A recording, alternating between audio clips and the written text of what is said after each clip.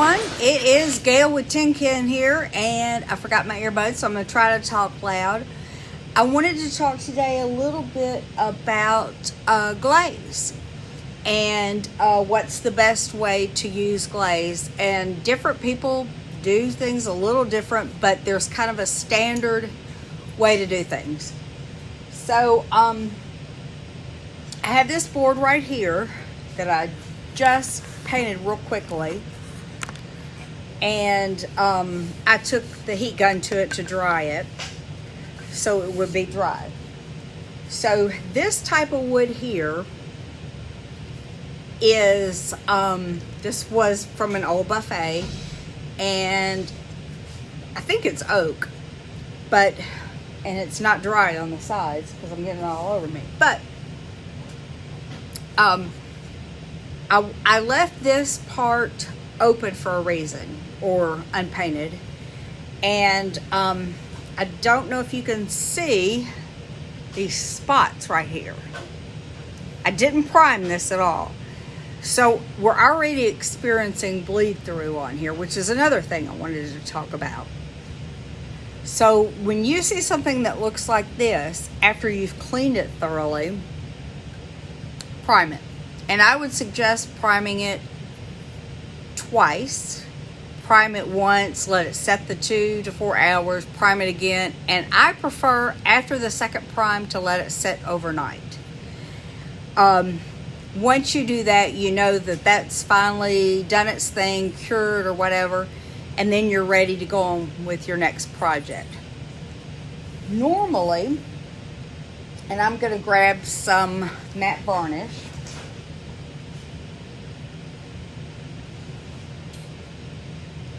Because normally when we go to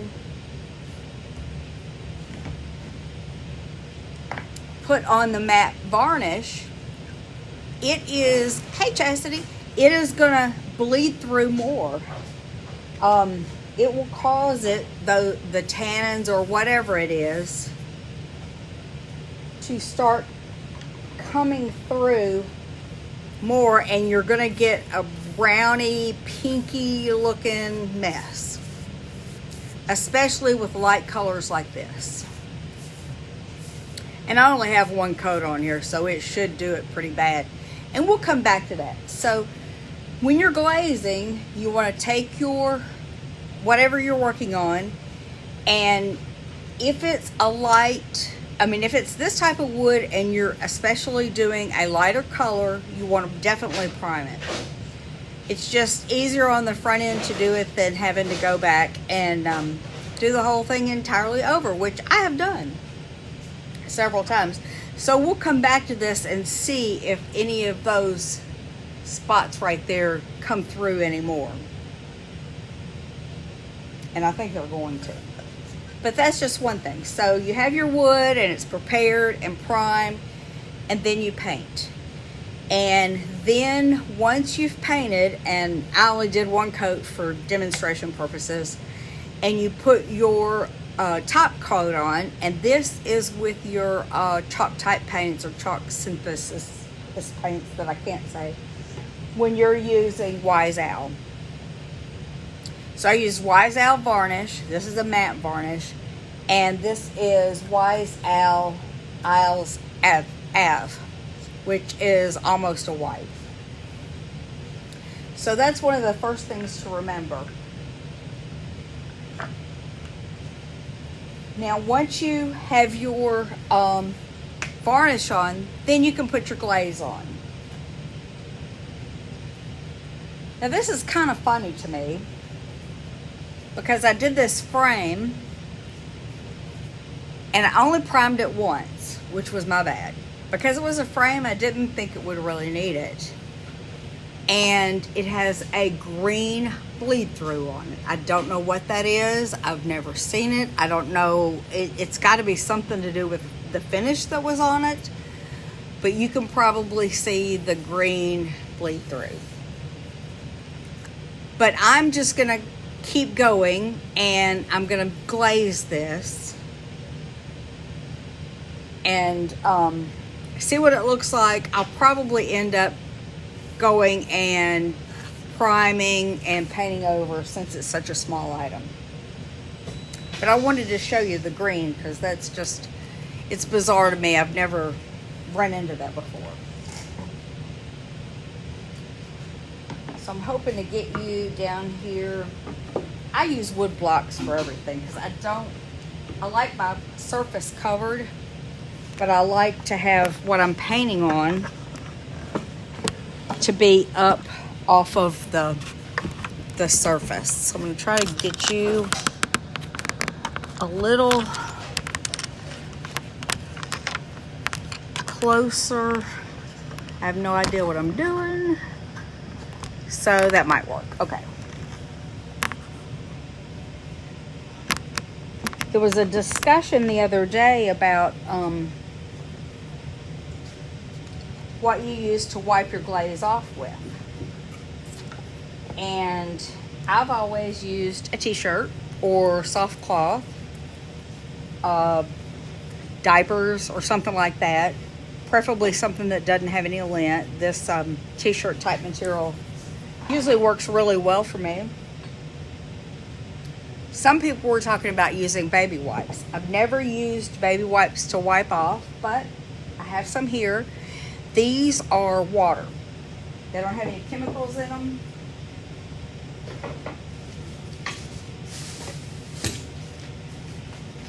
And I don't know where they are. Oh, yes, I do. Okay, sorry about that. These are pure aqua. And so they're 99% water. So if you don't want a heavy glaze, I would suggest these. I wouldn't use any kind of chemical type wipes. So if you try these, let me know. Or if you try something similar, let me know. And the thing about glaze is you really have to, you have an open time of, they say about 60 seconds, I think, but I don't really think it's that much. 30 to 60 seconds. I would say I would lean a little more towards 30. So you want to do a small area at a time. And maybe that's where the baby wipes come into play. This is one of my favorite glazes. This is Wise Owl Driftwood. I've used this on several projects, even to try to get a barnwood effect, and it's worked really well. So this frame, and we're going to pretend it doesn't have any bleed through, has been painted in Antique Villa, Wise Owl Antique Villa chalk type paint. And then it's been varnished. Now, if you use the 1 hour enamel, you can glaze over that. You don't have to use a varnish, but you do have to varnish over the glaze, because the glaze, you need to set it and protect it so it won't rub off. So you would have to put a varnish or top coat on top of that, which normally the 1 hour enamel doesn't need a top coat. And I love 1 hour enamel. I'm hooked on it. So I'm going to just take a little bit on my brush. And the thing about it is this frame has all these little nooks and crannies from the leaves and the flowers and stuff that's on it. So I'm just going to kind of go around in a circle to really get it in those nooks and crannies, because that's where we basically want to leave it. And I'm not putting much on because it doesn't take much.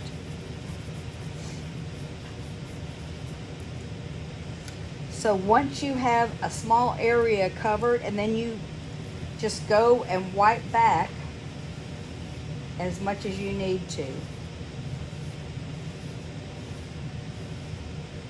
And basically I'm wiping off just the top. And it's going to stay in the nooks and crannies, which is the look I'm going for. Now you can leave more on the top, or if you want to see more on the top, you can go back again and put it on again and not worry about the nooks and crannies so much. And then just wipe it off, or you could leave it a second and wipe it off. And that'll make it a little bit darker and give it more of the antique look.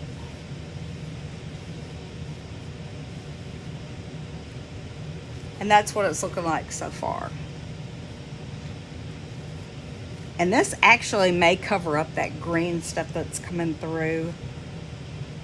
But if it don't, I may redo it again. So let me see. I have another glaze. I have a couple of glazes here. So we'll just try, let me wipe this brush off real quick. We'll try a couple more, because we can always go back and paint over it. I don't know if you've ever followed Brent Hayes at Foxtrot, which he has his own scent with Wise Owl and also his own color. He had done this, and I said, I'm going to try that. This is Glaze. This is the metallic copper glaze. And this is about 3 coats. And I have not varnished over the top yet. I still need to do that, but isn't that pretty? Speaking of metallics, we're hoping our metallics are going to be out within the next week or so. They were supposed to be out this week, and there was a snafu, I think, in the labels. And the perfectionists that they are at Wise Owl, you know, they won't stand for anything less than a premium product or a premium looking product going out. So they said, no, we're going to wait and have it just right. So hopefully we'll have those out soon. So I'm going to take the copper glaze. Actually, I'm going to take, this is champagne gold. I don't have the black over here, or the charcoal, which would also be good. Charcoal is the driftwood is like a light gray, and the charcoal is like a darker gray.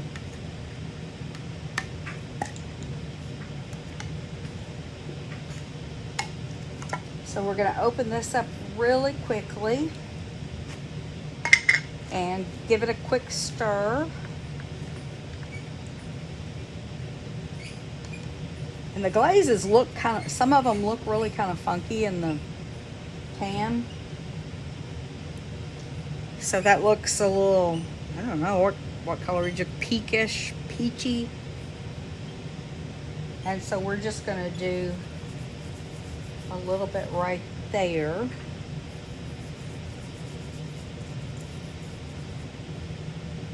And then we're going to see how that's going to look. And I have done this, the champagne gold, mixing it with other colors, or on top of black or some of the other colors. So that's what it looks like. And it's very subtle, unless you go darker. And I'm just going to keep using the same brush, so I'm going to wipe it off.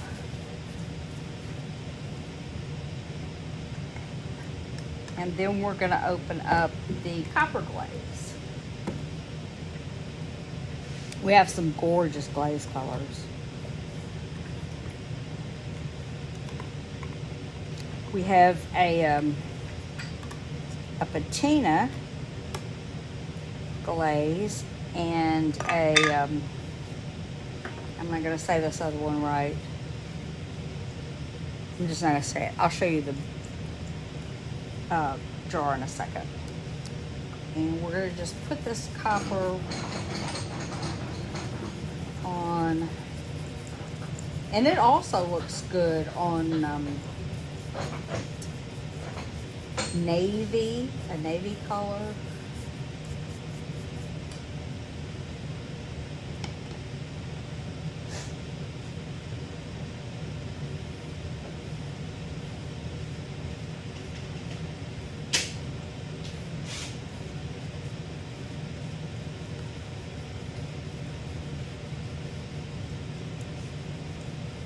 So that's going to give you your orangey copper look, which is also good mixed with other colors. So I'm going to run back here real quick and get a couple more.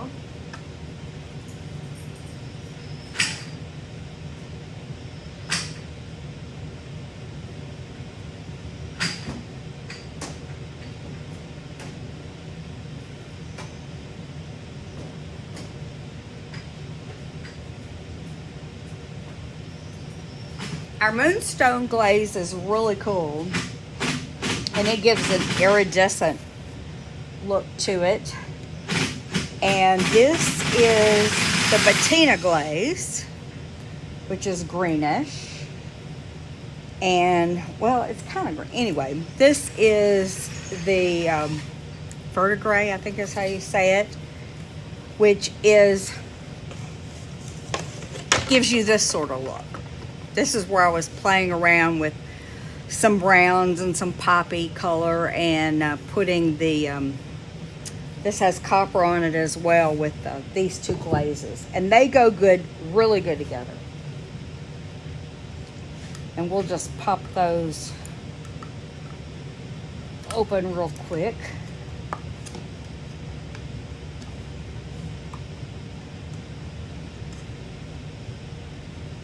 I definitely need to stir that one. I think I forgot to stir the copper, but I did shake it. So we're going to stir that one real quick and open up this one. And you can see the difference in them. And we'll just put them side by side. And we'll do this one first. Oh, I forgot to wipe my brush off and it's got copper in it. You know what? It looks good. I may have to get a different brush. Let me do that. Not that one. I have a small brush here, which is good for, can be good for glaze. I'm going to put some of this over here. It really goes good with the copper glaze. They're good mixed together. And I'm going to wipe that back. I'm going to wipe that copper that way so they won't get mixed. I really kind of like that.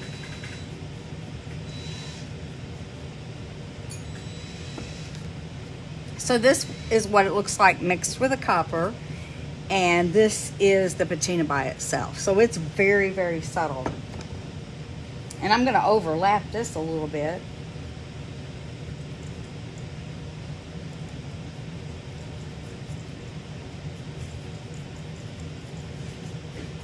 And I'm going to put a touch on top of the copper so you can see what it looks like.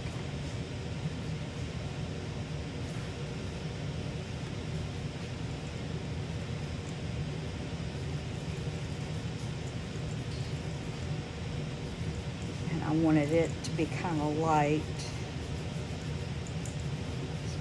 So I wiped it off first.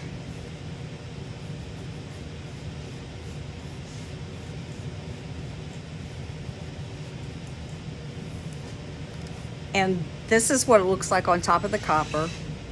It's really cool. I didn't wipe that one spot off very good. A lot of people use gloves with glazes because they do have a tendency to stick on your hands. And then this is the verdigris on the, and then a little bit mixed in with the patina. And I'm going to put it up quickly.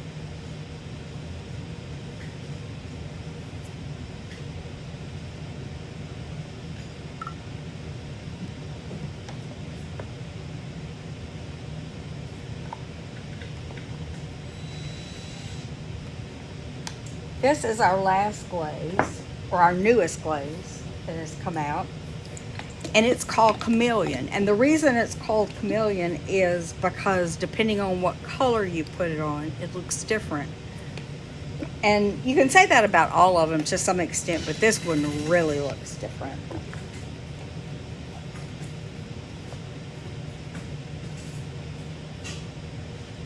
I'm running out of clean brushes. This is what it looks like.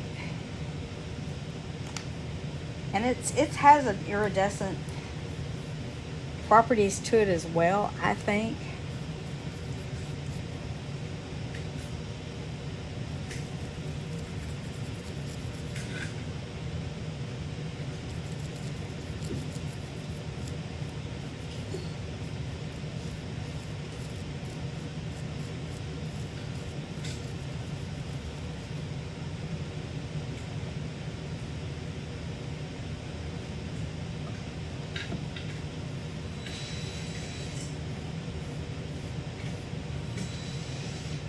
And we're going to wipe it back, and you could wipe it back more than I do or less than I do. It just depends on the look that you're going for.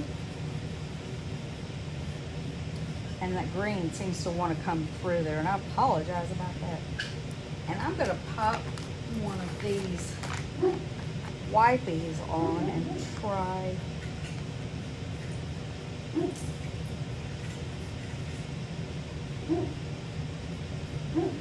I guess I'm so used to the dry cloth that unless you put it on heavy, I don't know why you would want to use a wipe, which I didn't wipe this area right here off very well.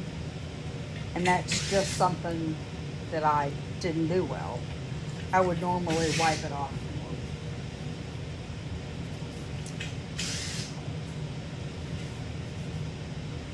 And sometimes you have to use a light touch because I have been known to just almost scrub the paint right off. Well, and this is the Chameleon Glaze, and it would look better dry.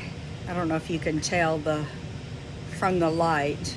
It would look much better dry with varnish on it than it looks there. But that's a few of our glazes. And the important part is paint, varnish, because you want, if you don't varnish, the glaze will, because of the chalk paint, it will soak right into the chalk paint because it's so porous. So you need to varnish first to keep it sitting more on the top where you can wipe it off without it actually soaking in so well or so fast. And then you have to varnish on top, and that's the reason with the 1 hour enamel, you can varnish right on top of it, but you do have to go back and varnish on top of the glaze. And I wanted to get this board out again, but I don't know if you can see, but it is really yellow looking right there. And that's not the varnish, because this varnish is not gonna yellow, but that is all bleed through right there. So what I'm gonna do is, this baby will get primed twice before I go back and paint it again. And these are just little boards for signs or classes or whatever. And I think we're going to be setting up a class at Upscale on February the 15th, I believe. That's tentative right now. It's not set in stone, but as soon as everything gets cleared. And it will be painting, and like a 101 kind of painting, maybe a little more. We may have some 1 hour enamel, a little bit in there, and transfers. So we're going to be doing transfers and painting and possibly even a little glaze, depending on how fast it goes. So it may be a longer class if we do all that stuff. But if you're interested, watch Upscale's Facebook page, because they will post it. And we'll post it on here as well. And all these products you can find on our website at tenken.com. That's TENNKEN.com. Or locally at Upscale Antiques and More on the Covington Square. And if you're not in the area, you can order right off the website, and we'll get it shipped right out to you in a couple of days. And it goes pretty fast, the shipping. But anyway, one more thing I'm going to show you real quick. This one I did not prime at all. And these I just got at an estate sale. Look at this green. Isn't that amazing? I've never seen. I'm gonna have to ask somebody about that because I don't think it's the wood. I think it's something that they had underneath. But this has been varnished, and that probably pulled it out because it didn't look like this until I varnished. So again, this is Gail with Tin Can. I hope you have a great Thursday evening.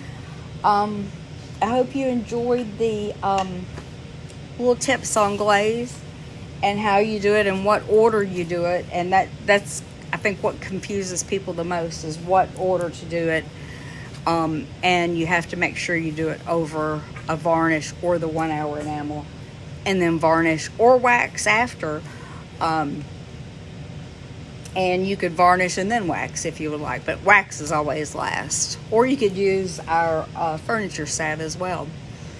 So you guys have a great evening, and make sure you visit us at tincan.com. You can place orders there for transfers and or paint or furniture if you like. We have it there. Visit Upscale in Covington if you're local.